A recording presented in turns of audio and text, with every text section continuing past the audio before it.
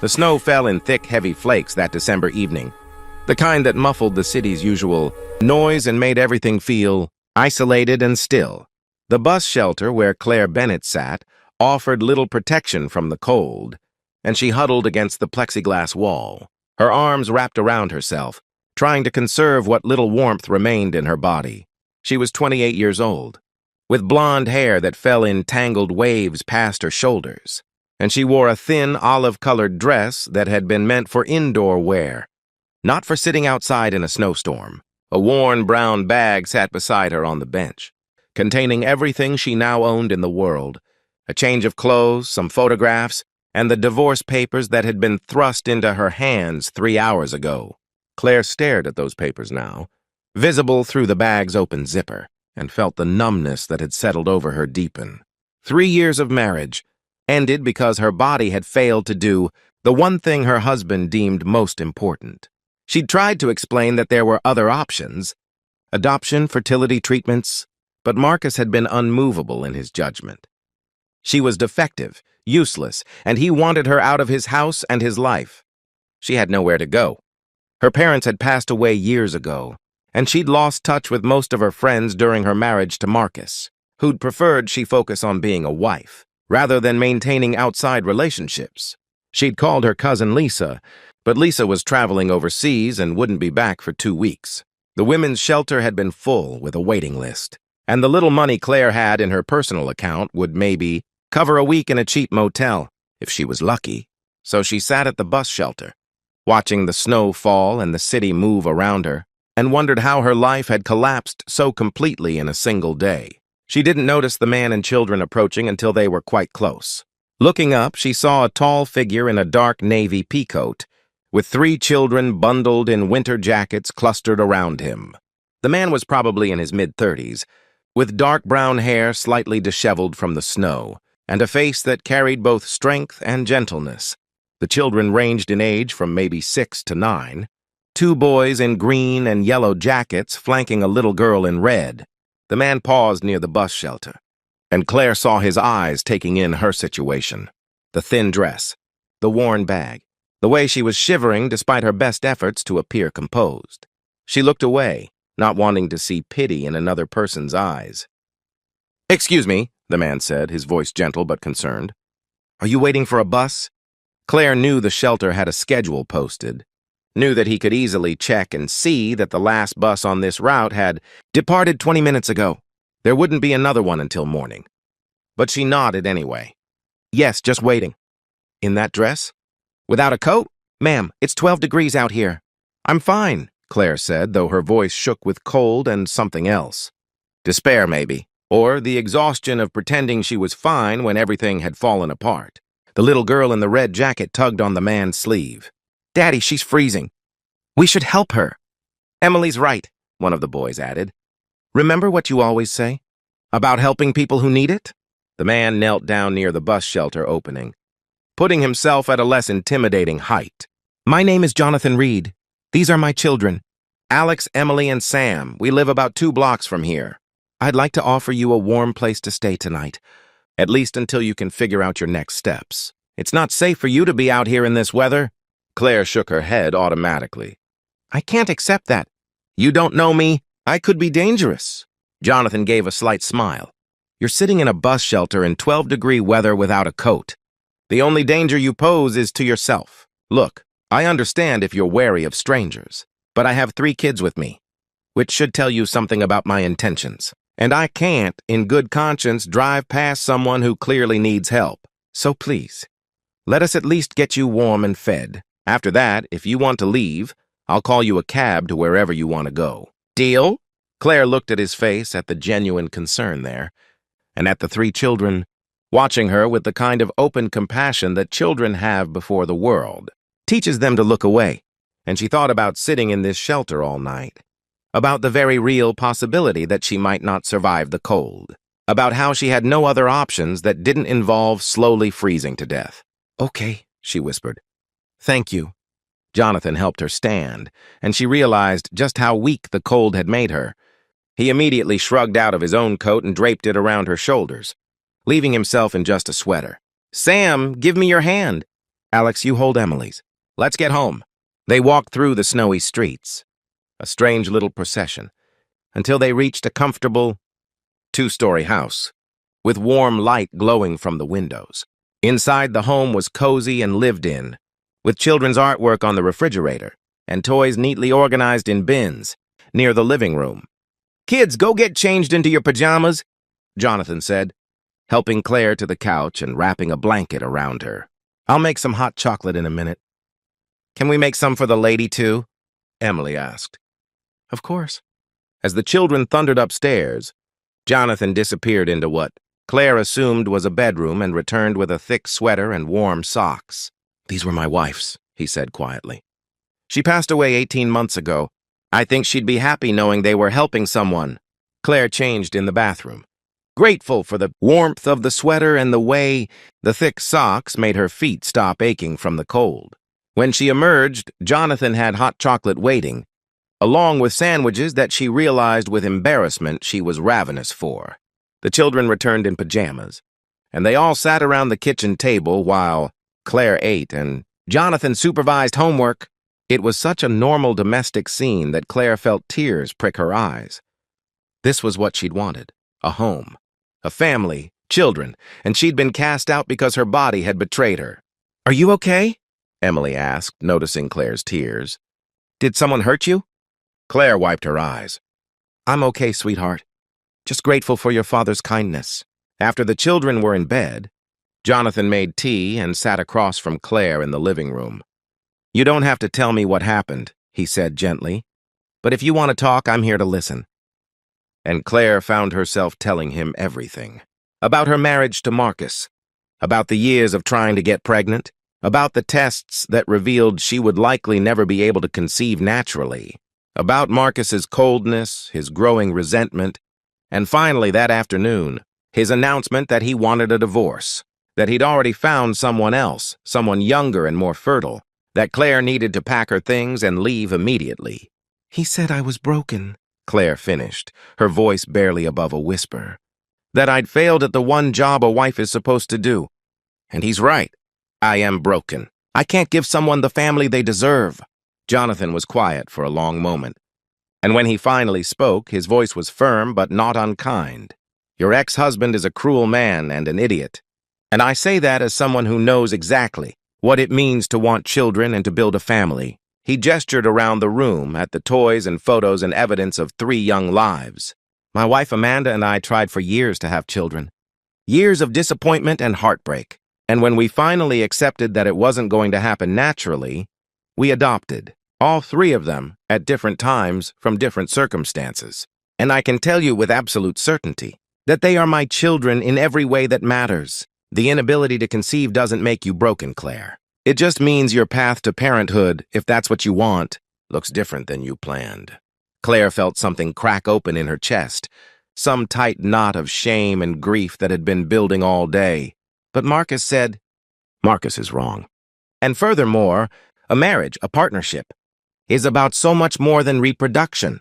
It's about companionship, support, shared dreams, building a life together. If he reduced you to nothing but your reproductive capacity, then he never truly valued you as a person. And that's his failure, not yours." Over the next few days, as the snowstorm continued and Claire remained in Jonathan's guest room, she began to see what a real family looked like.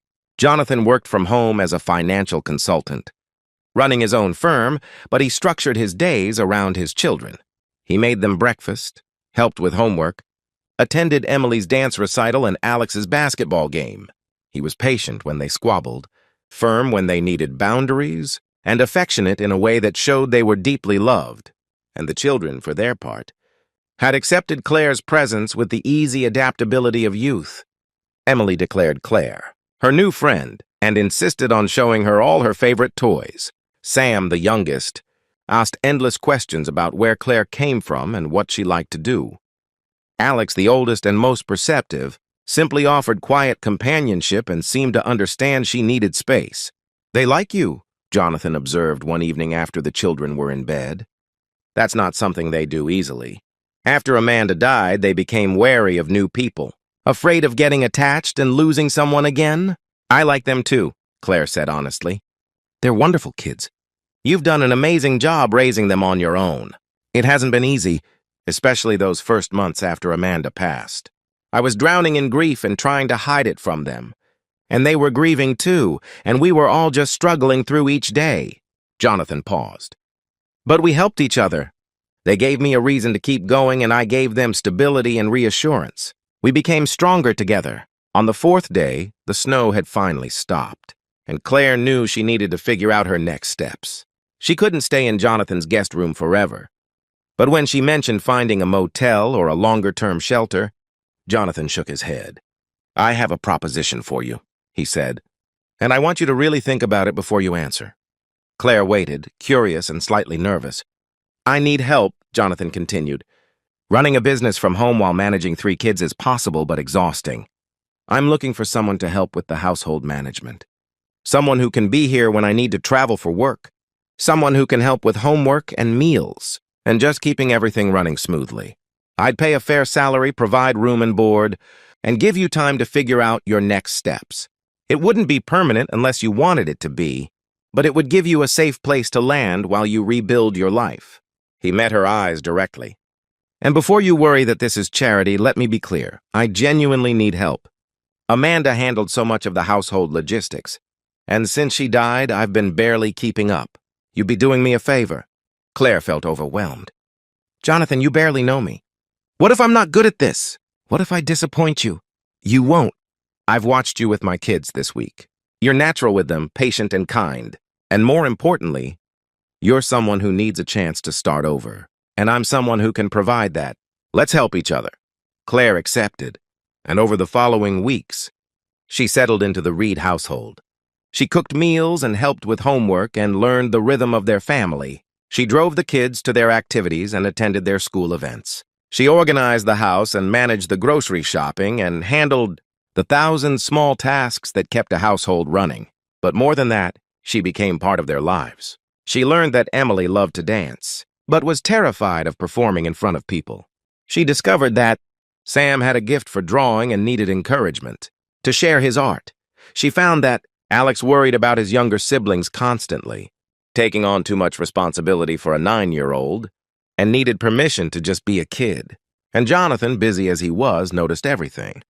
He noticed how Claire's laughter had returned, how she'd started talking about maybe taking some online classes, how she'd filled out the paperwork for the local community college, thinking about getting a degree in early childhood education. "You're good with kids," he said one evening as they cleaned up after dinner. "While the children played outside, you should consider making it a career." "I'm thinking about it," Claire admitted. "I never finished college. Got married young and Marcus didn't want me to work. But maybe now is the time to figure out what I actually want to do with my life." Amanda always said that sometimes the worst things that happen to us end up being the catalyst for the best changes. Jonathan paused in drying a dish. "Losing her was the worst thing that ever happened to me. But it also taught me what really matters. It taught me to appreciate every day, to be present with my kids, to build a life based on love instead of just success." 6 months after that snowy December night, Claire was enrolled in college classes, working toward her degree while continuing to help Jonathan with the household. The arrangement worked well for everyone. The children adored her. Jonathan valued her presence. And Claire, for the first time in years, felt like she had purpose and direction. She was studying at the kitchen table one evening when Jonathan came home from a rare, in-person meeting with a client. He looked stressed, running a hand through his hair in frustration. "Bad meeting?" Claire asked. "Complicated meeting. The client wants me to relocate to New York for 6 months to oversee a project. It's a huge opportunity, could really grow the business. But I can't uproot the kids from school. And I can't leave them for 6 months. What if you didn't have to leave them?" Claire said slowly. "What if I came with you? All of us, I mean. The kids could do remote learning for 1 semester, and I could manage the household in New York just like I do here. It would be an adventure." Jonathan looked at her with an expression she couldn't quite read. "You'd do that? Move to New York temporarily just to help me?" "You helped me when I had nothing," Claire said simply. "You gave me a home and a purpose and a family? Of course I'd do that." Jonathan sat down across from her, and Claire noticed he looked nervous, which was unusual for him. Claire, I need to tell you something. And I don't want it to change our arrangement or make things awkward, but I can't not say it anymore. Claire felt her heart start to race. Okay, I've fallen in love with you, Jonathan said quietly. Not because you help with the kids or because you've made my life easier, though you have, but because you're kind and strong and brave, because you came back from being told you were worthless and proved that wasn't true, because my children love you, and I trust their judgment completely, because when I think about the future, I can't imagine it without you in it. He held up a hand before she could respond. I know this is complicated. I know you're still recovering from your divorce. I know there's a power dynamic here because I'm technically your employer, so I'm not asking for anything right now. I just needed you to know that you're important to me, that you matter, not as an employee or a nanny or a helper, but as a person I've come to care about deeply. Claire felt tears streaming down her face. I love you too, she whispered. I've been trying not to, trying to keep it professional, but I can't help it. You've shown me what love actually looks like. Not possession or control or conditional acceptance, but respect and partnership and choosing each other every day. Jonathan reached across the table and took her hand. I want you to know something. Your ex-husband made you feel like you weren't enough because you couldn't have children. But Claire, I have 3 children. I don't need you to give me a family. I already have one. What I need is a partner to share that family with, someone to build a life alongside, and I'd choose you, infertile and all, over anyone else in the world. They sat there for a long moment, hands clasped across the kitchen table, and Claire felt something settle deep in her soul. She'd been thrown away because she was deemed broken, but Jonathan had picked her up and shown her that she'd never been broken at all, just hurt and undervalued by someone who couldn't see her worth. They did move to New York for 6 months, all 5 of them, and it was chaotic and wonderful and exhausting. When they returned home, Jonathan asked Claire to marry him, and she said yes without hesitation. The children were flower girl and ring bearers at the wedding, and when the minister asked if anyone objected, Sam stood up and yelled, "No way! We love Claire." On their wedding night, after the children were asleep at Jonathan's parents' house, he and Claire lay together in the quiet of their bedroom. "Do you ever think about what Marcus said?" Jonathan asked gently. "About being broken?" Claire was quiet for a moment. "Sometimes. But then I remember that I have 3 incredible children who call me Mom, that I have a husband who values me for who I am, not for what my body can or can't do, that I have a master's degree in early childhood education and a job I love at the Children's Center, that I have a life full of meaning and purpose and love. And I realized that Marcus was wrong about everything. I was never broken. I was just with the wrong person, someone who couldn't see what I had to offer." "You have so much to offer," Jonathan said, pulling her close.